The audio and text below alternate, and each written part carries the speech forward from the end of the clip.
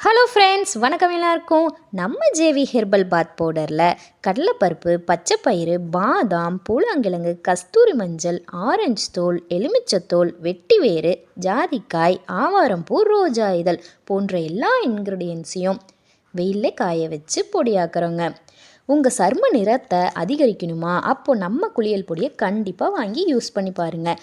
Summer வந்தாச்சு, அப்போது கண்டிப்பாக ஸ்கின் டேன் ஆகும்.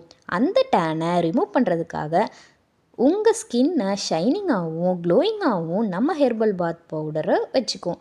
அப்போ கண்டிப்பாக வாங்கி ட்ரை பண்ணி பாருங்கள். நம்ம பொடியை குழந்தைங்கள்லேருந்து பெரியவங்க வரைக்கும் எல்லாருமே பயன்படுத்தலாம்.